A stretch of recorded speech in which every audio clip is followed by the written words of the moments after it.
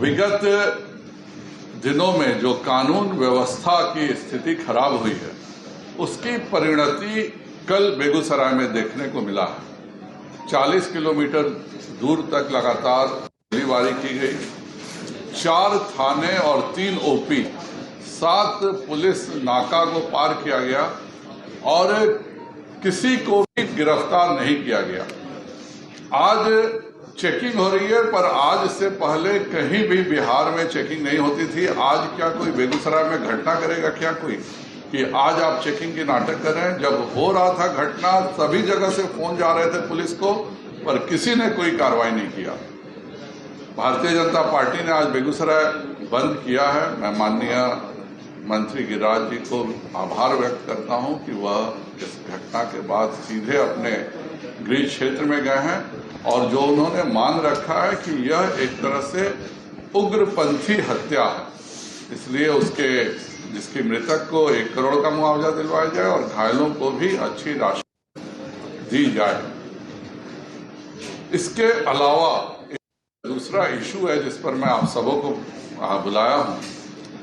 अगस्त के महीने में बिहार में जिस प्रकार से यूरिया और खाद की ब्लैकमेलिंग हुई है और पूरा ब्लैक में बेचने का काम कृषि पदाधिकारी और जो होलसेल के एजेंसी हैं, उन दोनों ने मिलकर के किया है, वह कभी भी कहीं नहीं सुना गया। पूरे हिंदुस्तान में कहीं यूरिया की कमी नहीं हुई, कहीं एनएपी की कमी नहीं हुई, कहीं डीएपी की कमी नहीं हुई और एक पूरे साजिश के तहत चूंकि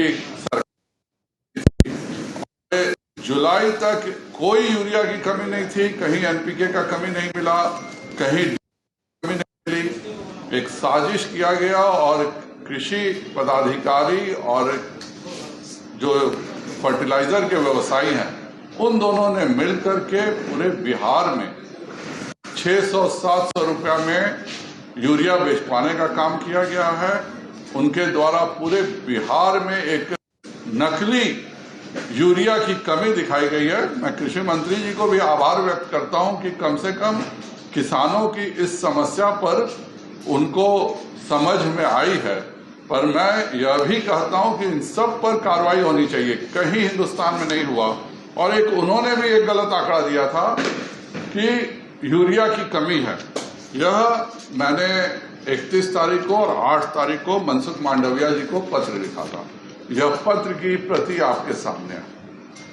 यह साफ लिखा गया है कि जितना यूरिया और पीएनके का रिक्वायरमेंट था, 8.34 लाख मेट्रिक टन की रिक्वायरमेंट थी यूरिया की, इसके एवज में बिहार को 8.77 मेट्रिक टन दिया गया। यूरिया का जितना जरूरत था बिहार में, उससे ज्यादा यूरिया उपलब्ध कराया गया और यहां तक कि जो सेल किया गया, यूरिया की बिक्री हुई है, वह भी 7,64,000 मेट्रिक टन की है।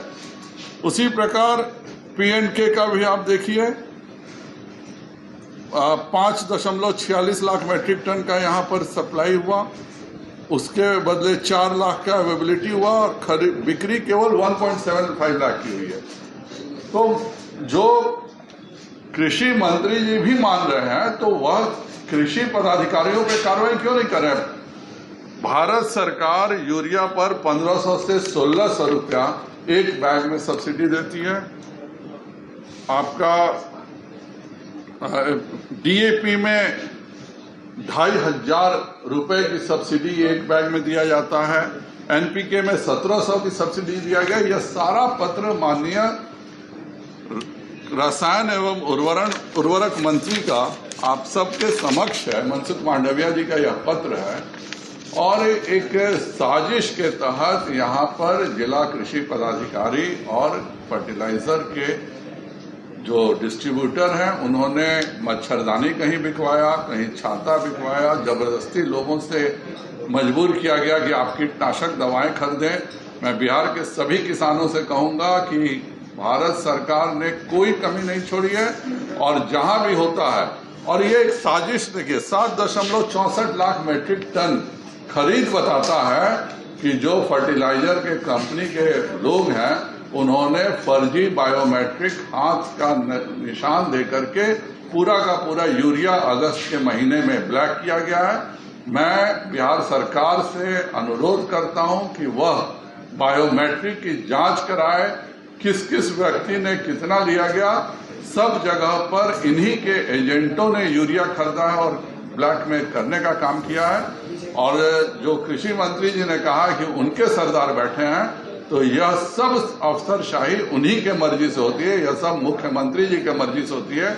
हम लोगों ने लगातार पहले भी देखा है, जब बालू माफिया पर लगाम लगाने की कोशिश जनक राम जी ने किया, उस समय भी पूरा का पूरा का निगम बना करके अफसर के दे दिया गया। बालू के सभी खरीद बिक्री को कंट्रोल प्रिंसिपल सेक्रेटरी के हाथ में रहेगा और वो जैसा चाहेगी वैसा होगा। और पूरे बिहार में बालू माफिया का राज चला और अब नए कृषि माफिया का राज्य, यह सत्ता परिवर्तन के साथ 1 महीने में जो हुआ है, भाजपा नीतीश कुमार जी को सावधान करती है कि अगर कभी भी अब दिक्कत हुआ, क्योंकि हम खुद पहले कंफ्यूज थे कि क्या कहीं सप्लाई में तो कमी नहीं हो रही है, यह केवल और केवल बिहार स्पेसिफिक घोटाला है, जिसकी जांच करके सभी कृषि अधिकारियों पर कार्रवाई होने की मांग भाजपा करती है।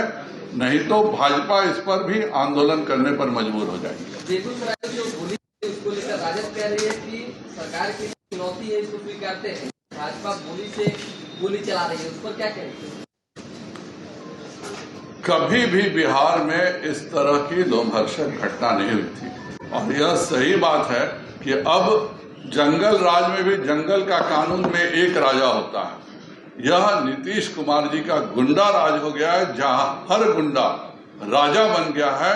और यह केवल और केवल कोई नया क्रिमिनल जो चाहता होगा कि हमारा वर्चस्व बने, इस सरकार में मैं आराम से बेगूसराय जिले में वसूली कर सकूं, उसने यह पूरी साजिश की होगी। पूरे एक साथ पूरे जिले को धमकाने की साजिश एक बहुत बड़े साजिश का नतीजा है। और आप व्यवस्था ठीक रखिए, हम क्यों बोलेंगे? आपके राज्य में अगर डीएसपी थाने में पिटाएगा, आपके राज्य में सड़क पर खुलेआम गोलियां चलेंगी, तो जाहिर बात है हम दिल्ली में पिकनिक मनाने वाले विरोधी दल नहीं हैं। वह उनके समय में था कि विरोधी दल में रहते थे राजकुमार जी, तो वो दिल्ली में पिकनिक मनाते थे। हम जनता की समस्याएं सरकार में रहते हुए भी उठाए और उनसे ज्यादा उठाए, चाहे वह शराबबंदी हो, चाहे बालू हो, चाहे कानून व्यवस्था हो। आज विरोधी दल के नाते हर जगह सरकार को सावधान करना और जनता को इंसाफ दिलाना हमारा कर्तव्य है। राजद का कहना है, एक मिनट, बिहार कृषि मंत्री ने जो सवाल उठाया है, आप उसे विभाग रखते हैं और अगर उन्होंने किया है तो क्या आप बोलेंगे? अगस्त महीने में जो जिला कृषि पदाधिकारियों ने किया है और मनसुख मांडविया के इस पत्र के, मेरे पत्र के उत्तर के बाद जो है, यह साफ दिखाता है कि अगस्त के महीने में सभी कृषि अधिकारी यूरिया के डीलरों के साथ मिलकर के बिहार के किसानों को लूटने का काम किया है। और इसलिए जो अगस्त महीने में जो घटना हुई है, उस पर अगर कोई अपने सही बात कहता है तो मैं भी उसका जरूर समर्थन करूंगा। और यह अगस्त महीने में सभी कृषि पदाधिकारियों ने इतनी बड़ी राशि बनाई है जो इतिहास में कभी वैसा घोटाला नहीं हुआ। सर, एक सवाल है कि राजद का कहना है कि बीजेपी ही साजिश रच रही है सरकार को बदनाम करने के लिए, इसलिए ऐसा हुआ है बेगूसराय। मेरा अनुरोध रहेगा माननीय उस राजद के नेताजी से कि कृपया कर 6 घंटे के भीतर, 12 घंटे के भीतर अपराधियों को पकड़ करके साजिश को बेनकाब करें।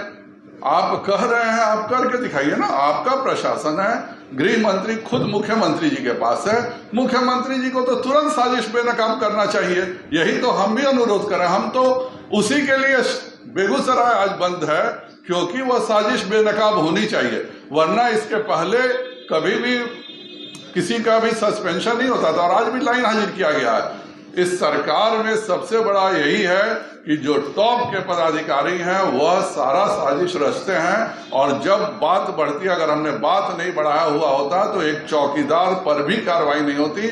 जब बात बढ़ती है तो कुछ लोगों पर कार्रवाई का नाटक करके अपनी जिम्मेवारी का इतिश्री कर देते हैं। एसपी क्यों नहीं रिस्पॉन्सिबल है? इतनी बड़ी बड़ी घटनाएं घटती हैं, एसपी अपनी जिम्मेवारी से कैसे रिस्पॉन्सिबल नहीं है? क्यों?